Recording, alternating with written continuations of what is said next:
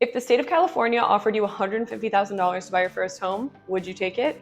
Hi guys, my name is Chloe and I'm a realtor and content creator out here in Los Angeles. Welcome back to my channel. Today I'm going to be talking about the amazing internet breaking program, the California Dream for All program.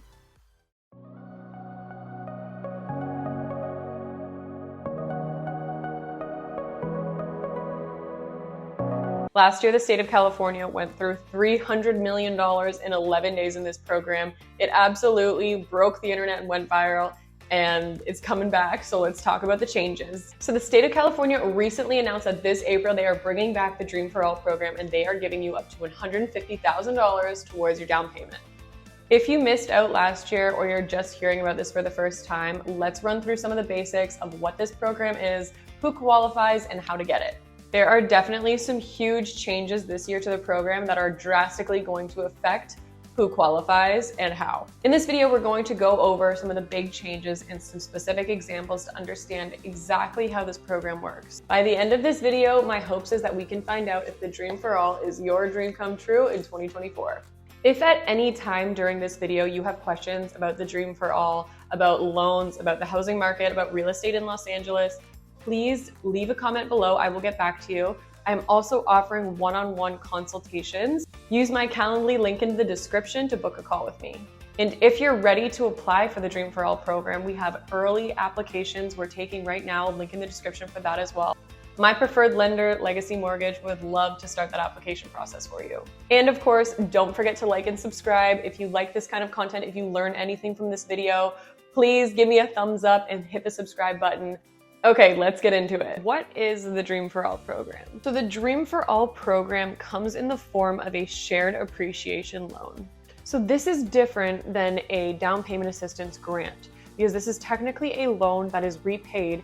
It's just repaid in a different way. Here's an example of how shared appreciation works.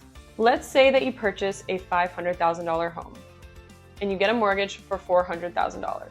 Then through the Dream for All shared appreciation loan, they're going to loan you 20%, so $100,000 for your down payment. Now let's say that 5 years goes by, and in that 5 years, your home appreciates in value and it's now worth $640,000, which is $140,000 in appreciation in 5 years. So from that $140,000 in appreciation, Cal HAFA is entitled to 20% of that. So when you choose to sell your home, you're going to pay back the 20% of that appreciated value plus the principal that they loaned you in the beginning. So in this case, it was $100,000 plus 20% of that appreciation. But this is just an example. You're actually not obligated to pay the loan back until you sell the home. If you're planning on living in this house for the next 30 years, you're not paying this back for 30 years. This is what makes it so much better than a traditional second mortgage or a traditional loan. You're not paying interest on it every month. You don't have an additional monthly payment. You are just paying that lump sum back when you go to sell the home. I love this program because it does allow first-time home buyers who do not have a ton of money saved up for that big down payment to get in a home and start growing generational wealth. Okay, let's talk about who qualifies for this program. Let's dive into eligibility because I do know that this program seems way too good to be true. And in some ways it is. So these are the borrower requirements for each borrower. Each borrower must be a first-time home buyer. They need to either be a US citizen, a US national, or a qualified alien. They must meet the credit, income, and loan requirements for the Cal HAFA First Mortgage Program, which we will go over in just a minute. At least one of the borrowers needs to be a first-generation home buyer and be a current California resident. So everyone on the loan needs to meet these requirements. However, we're going to get more into detail on that because not everyone necessarily needs to be on the loan. Cal HAFA is also unique in the sense that they also have a home buyer education component that needs to be completed as well with the rest of the requirements for the program. So every home buyer and everyone on the loan is going to have to complete 8 hours of homeowner, home buyer, and shared appreciation education, and that is done separately through Cal HAFA. So let's talk about one of the most controversial guidelines that's getting a lot of buzz right now, and that is the first generation homebuyer requirement. Cal HAFA defines a first generation homebuyer as a homebuyer who has not been on title, held an ownership interest, or have been named on a mortgage to a home in the United States in the last 7 years, and To the best of the homebuyer's knowledge, whose parents, biological or adoptive, do not have any present ownership interest in a home in the United States, or deceased parent who did not have ownership interest in the time of death in a home in the United States. So not only do you need to take your own eligibility into consideration here, you also need to consider your parents' eligibility. This one's pretty crazy in my opinion, honestly. I think it's a little bit over the top, but I do understand why they implemented it. A potential borrower whose parents just passed away and left them their home maybe shouldn't have the same shot at this program as someone who doesn't have the down payment or doesn't have the home already. So I kind of understand that aspect, but having the parents never owned a home ever, I just don't, that one's kind of blows my mind a little bit. What I do find pretty interesting is that they do say to the best of your knowledge, because they don't really have a way of fact checking this information. Especially if the people are deceased that they're talking about. So in my opinion, I think they're probably just going to have the prospective borrower sign an affidavit saying that to the best of their knowledge, their parents did not own a home at the time of their passing or have not owned a home in the last 7 years. But they really don't have a way of really checking this, so it's gonna kind of be on the honor system. Okay, let's talk income limits for this program. CalHFA has always been known for having a pretty lax income limits when it comes to down payment assistance, especially compared to some of the other ones out there. And this is because they use their own income limits versus a lot of other down payment assistance programs which use the Fannie Mae requirements. Even though they're using their own limits and not the Fannie Mae limits, they have significantly lowered the income limits this year.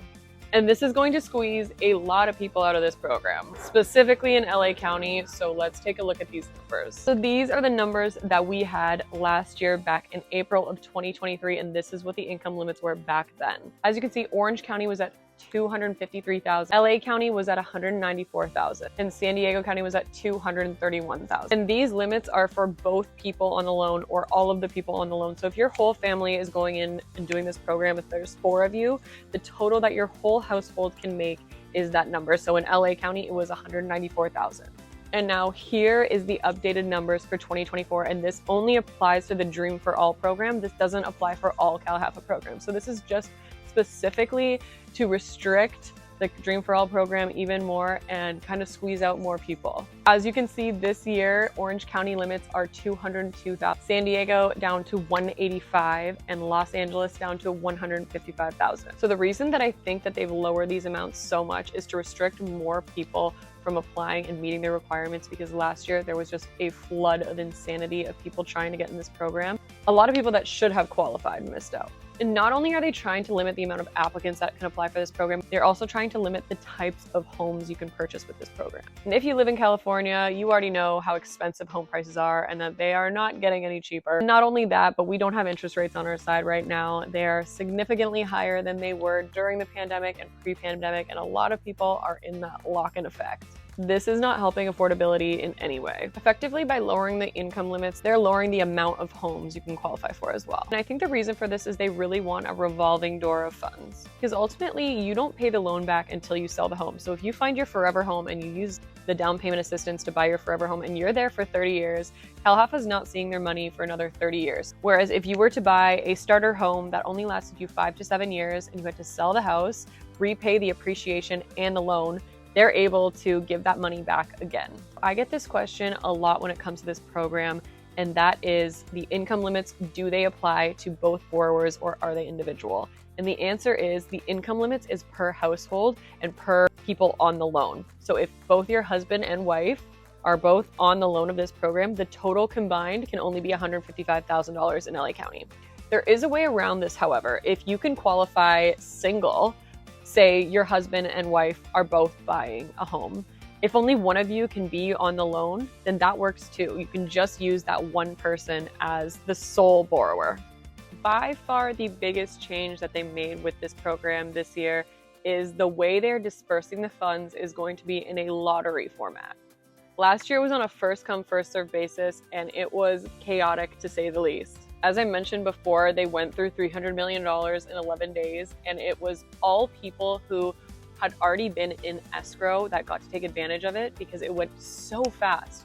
which actually gave a huge disadvantage to everyone and almost defeated the entire purpose of the program, because if you're already in escrow, that means you already have the down payment. So a lot of people who actually were deserving of this program got cheated out last year, and that's why I'm really excited about the new way that they're going to be dispersing these funds. This year, they really wanted to make it harder to qualify, to make sure that the people who actually deserved this program got the money. Okay, so let's talk about how this is going to work. It's going to be a lottery and then a voucher system. In April, they're going to open up a website where you can register for this lottery. When you do that, you need to make sure that you meet all the requirements. So you'll need to work with a loan officer who can guide you through that whole process. Of course, my loan officers at Legacy Mortgage would be happy to help you with this. I have linked them down below. You can apply right there for the Dream for All program. You can also schedule a one-on-one call with me so we can work out a game plan for you. Once you're registered on that website, they're going to essentially be choosing people out of a hat and selecting borrowers who are going to be eligible for this program. Once you are selected, they're going to give you a voucher, which is good for 90 days. So they only have a limited amount of vouchers, and that voucher is essentially holding your place in line and your place in the program. And this basically means once you're given that voucher, you have 90 days to identify the property and go under contract. The great thing is you do not need to close in this time, but you do need to have that property ready to go and be under contract. The voucher is probably the best thing that they changed to this program this year. It's going to allow the people that actually deserve to be a part of this program get in and get into their first home. Well, that's the full rundown of the California Dream for All program 2024 edition. Thank you so much for watching. If you got anything out of this video, if you liked this video, give it a thumbs up and subscribe to my channel. I would, of course, love to be a resource for you. If you have any questions, leave them below in the comments and I will get right back to you. Also, the link to apply for the Dream for All program will be below in the description as well. I would love to assist you on your home buying journey. Thank you so much for watching and see you next time.